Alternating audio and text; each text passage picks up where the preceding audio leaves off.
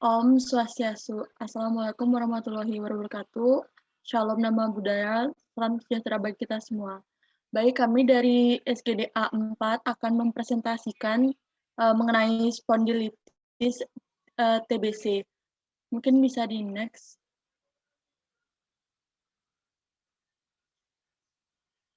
Ini anggota dari SGD kami. Mungkin bisa next. Baik, presentasi selanjutnya akan dilanjutkan oleh teman saya.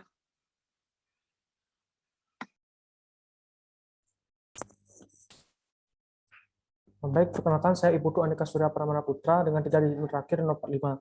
Di sini saya akan memberikan penjelasan mengenai pendahuluan bagian latar belakang. Bisa di next. Latar belakang. Spondilitis tuberkulosis merupakan penyakit berbahaya yang masih menjadi pusat perhatian beberapa dekade belakangan ini. Hal ini mengakibatkan penyakit ini mempunyai angka morbiditas dan mortalitas yang cenderung meningkat, hingga 1,4 juta kematian tiap tahunnya. Penyakit ini disebabkan oleh Mycobacterium tuberculosis yang menginfeksi area tulang belakang. Berdasarkan prevalensi, Indonesia berada di urutan ketiga di dunia terhadap kasus ini. Hingga saat ini, spondilitis tuberkulosis termasuk bentuk infeksi sekunder tuberkulosis yang paling berbahaya. Keterlambatan dalam penerapan diagnosis dan manajemen pengobatan bisa mengakibatkan komplikasi yang berakibat pada kematian. Mungkin sekian dari saya, akan dilanjutkan oleh rekan saya. Terima kasih. Terima kasih atas waktunya. Perkenalkan, nama saya Imadian Masayoga dengan 3 digit yang terakhir 024. Di sini saya izin menjelaskan rumusan masalah pada literatur ini. Yang pertama yaitu bagaimana gambaran umum dari spondilitis TB. Yang kedua, apa saja faktor risiko serta etiologi dari spondilitis TB. Yang ketiga, bagaimana patofisiologi dari spondilitis TB. Yang keempat, bagaimana proses diagnosis dari spondilitis TB. Yang kelima, bagaimana pengelolaan spondilitis TB yang baik. Yang nomor 6, bagaimana prognosis dari spondilitis TB. Sekian dari saya, untuk selanjutnya akan dijelaskan oleh rekan saya. Terima kasih. Baik, perkenalkan nama saya Ninyo Mananggun Nuarni Astiti dengan 3 digit terakhir 08. Di sini saya akan menjelaskan terkait tujuan penulisan. Di mana yang pertama, mengetahui definisi dari spondilitis tuberkulosis, yang kedua mengetahui epidemiologi spondilitis TB, yang ketiga mengetahui faktor risiko dari spondilitis TB, yang keempat mengetahui proses patofisiologi spondilitis TB, mengetahui cara mendiagnosis spondilitis TB, mengetahui manajemen terapi dari spondilitis TB, dan juga yang terakhir mengetahui prognosis spondilitis TB. Bisa di next. Yang kedua yaitu terkait manfaat penulisan, di mana manfaat penulisan ini tentunya bisa bermanfaat bagi mahasiswa kedokteran, bagi seluruh civitas akademika, dan juga bagi masyarakat. Mungkin bisa di next. Baik, perkenalkan nama saya Yuandol Facaya dengan 3 digit terakhir 147. Baik, di sini saya akan menjelaskan mengenai definisi. Spondilitis tuberkulosis atau yang biasa dikenal dengan Potsdiasis di sini merupakan penyakit tuberkulosis ekstrapulmonal yang sering terjadi.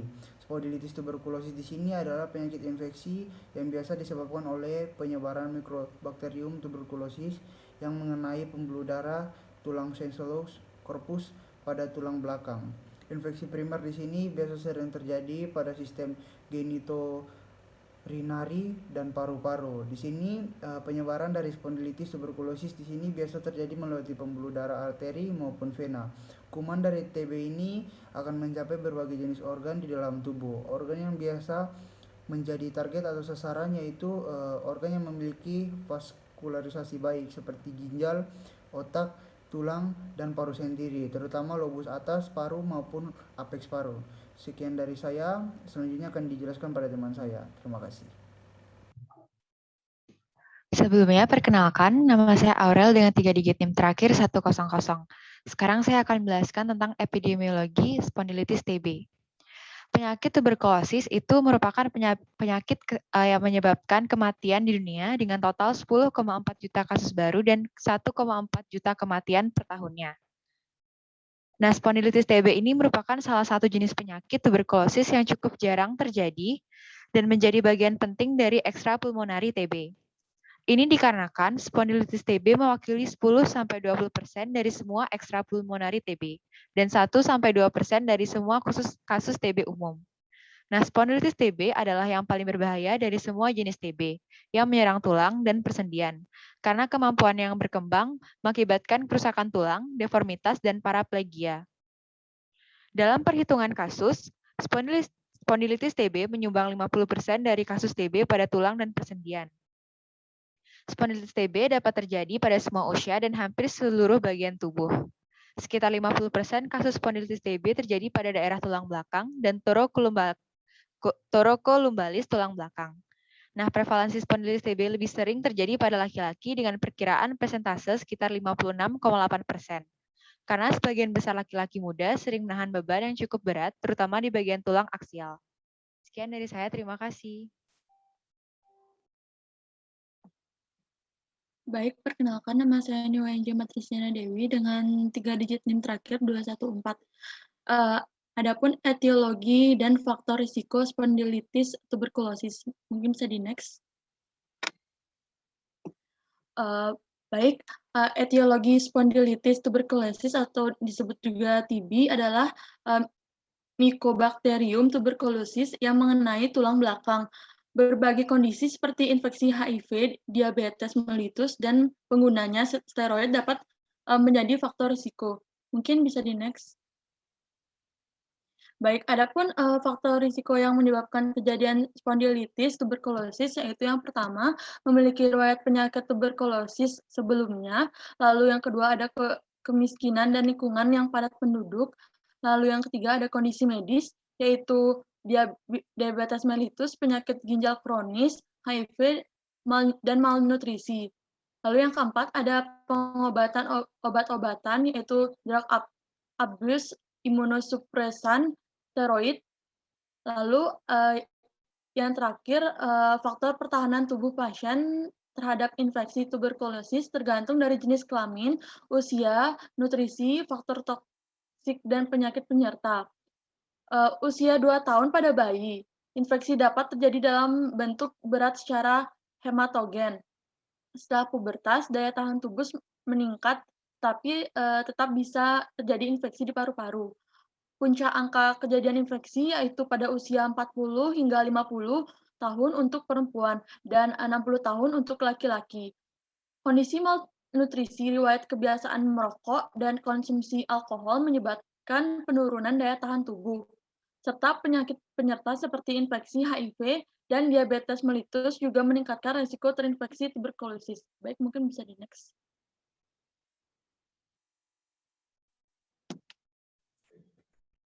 Selanjutnya, sebelumnya perkenalkan saya akan Petrus Tamayana dengan NIM 238. Saya akan menjelaskan patofisiologi dari spondilitis TB.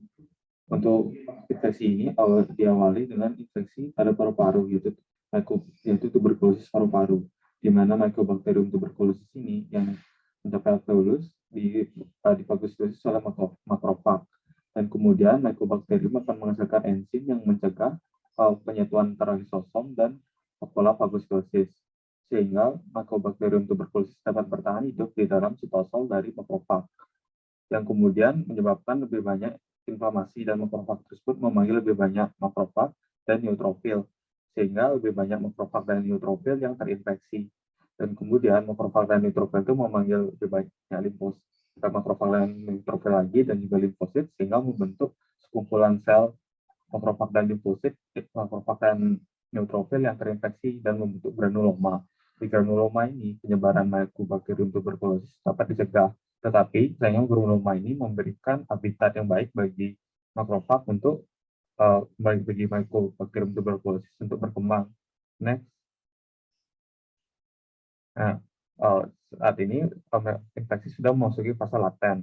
Tapi jika sistem imun menurun, maka infeksi akan memasuki fase aktif, di mana granuloma itu pecah, melepaskan makrofag yang terinfeksi dan Mycobacterium tuberculosis yang menyebar ke sistemik.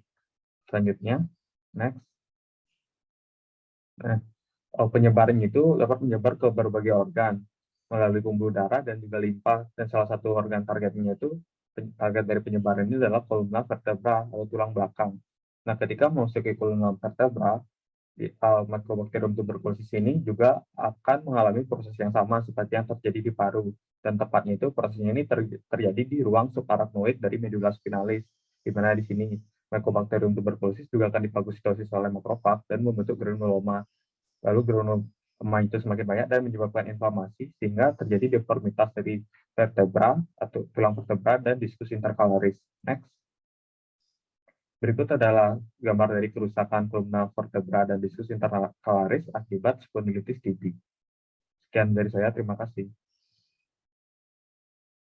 Baik, di sini saya akan melanjutkan presentasi. Jadi sebelumnya perkenalkan, saya Nagaya Mutiara Wika Putri dengan 3 digit NIM terakhir, yaitu 205. Di sini saya akan menjelaskan dari diagnosisnya, di mana diagnosis dari TB spondilitis TB ini bisa menggunakan 3, yaitu anamnesis, pemeriksaan fisik, dan juga penunjang dari lab. Bisa di next.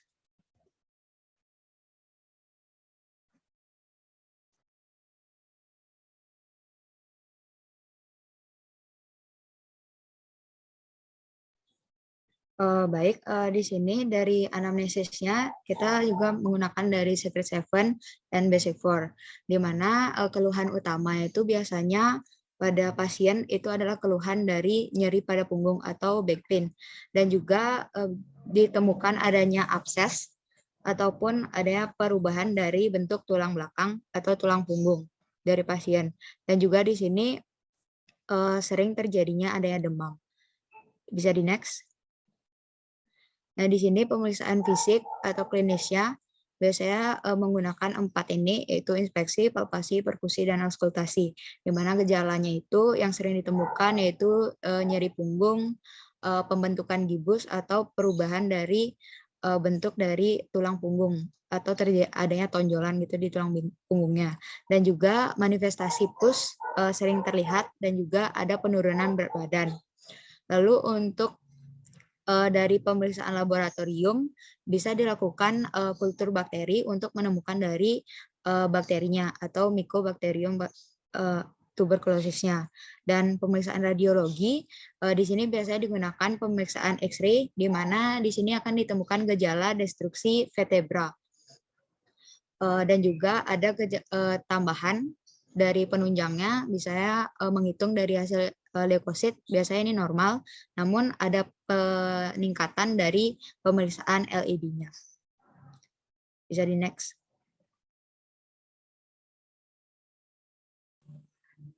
Baik, sebelumnya perkenalkan nama saya Karisma Rianti Arifin dengan 3 digit terakhir 194. Jadi di sini saya akan menjelaskan tentang pengelolaan spondilitis TB. Jadi terapi farmakologi spondilitis TB ini menurut WHO merekomendasikan 9 bulan pengobatan, yaitu terdapat 4 obat, yaitu isoniazid, rifampicin, pyrazinamide, etabutol, serta streptomycin, di mana diberikan dalam fase inisiasi selama 2 bulan. Dilanjut oleh isoniazid serta rifampicin selama 7 bulan dalam fase lanjutan. Lalu menurut British Thoracic Society merekomendasikan 6 bulan perawatan sehari-hari dengan rifampicin serta isoniazid ditambah dalam 2 bulan pertama dengan pyrazinamide dan etabutol atau streptomycin. Di mana dari pemaparan tersebut diharapkan terjadi perbaikan klinis yang signifikan pada pasien spondilitis TB. Jadi next. Jadi pengelolaan spondilitis TB ini dibagi menjadi 2, yaitu yang pertama ada upaya preventif dan upaya kuratif.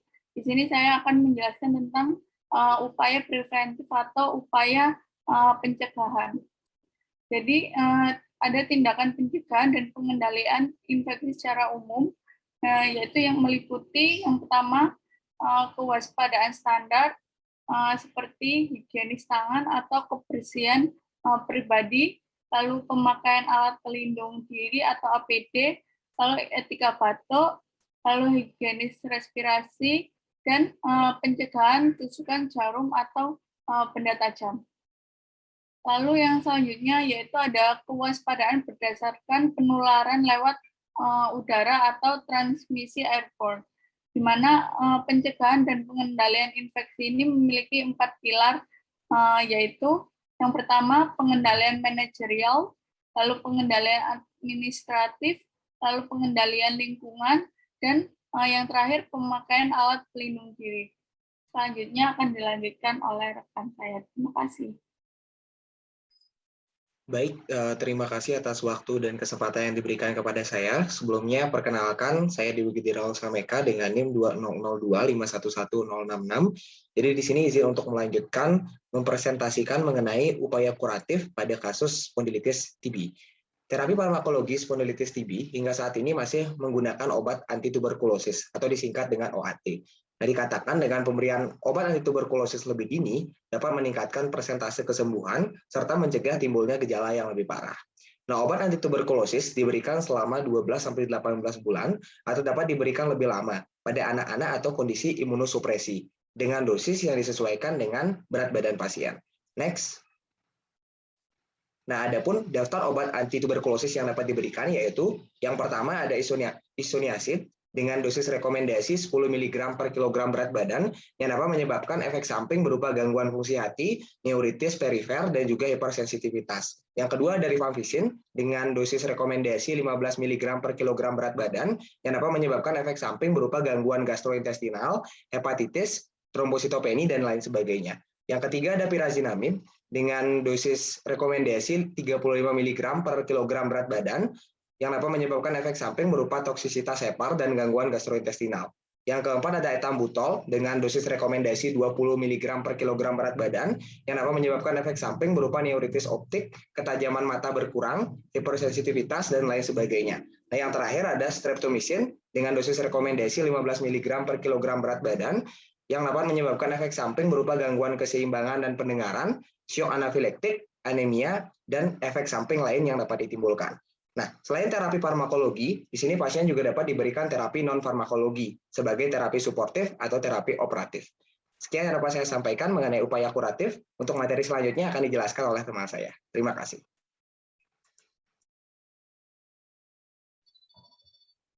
Baik, sebelumnya perkenalkan nama saya Madi Revita Dayana dengan 3 digit terakhir 96. Izin untuk melanjutkan presentasi mengenai prognosis dari spondilitis TB.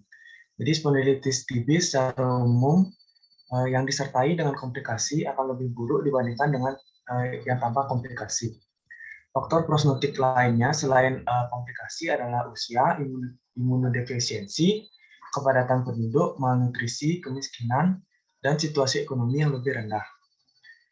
Untuk diagnosis dan terapi awal pada spondilitis TB ini adalah sangat penting untuk menentukan prognosis baiknya. Prognosis baik didapatkan pada 75-95% yang menempatkan pengobatan pada penderita spondilitis TB. Faktor yang mempengaruhi pemulihan antara lain adalah kondisi umum pasien, derajat kelainan dari tulang belakang, waktu mulai pengobatan, dan jenis dan sensitivitas obat. Sekian yang dapat saya sampaikan. Untuk selanjutnya akan dilanjutkan oleh rekan saya. Terima kasih.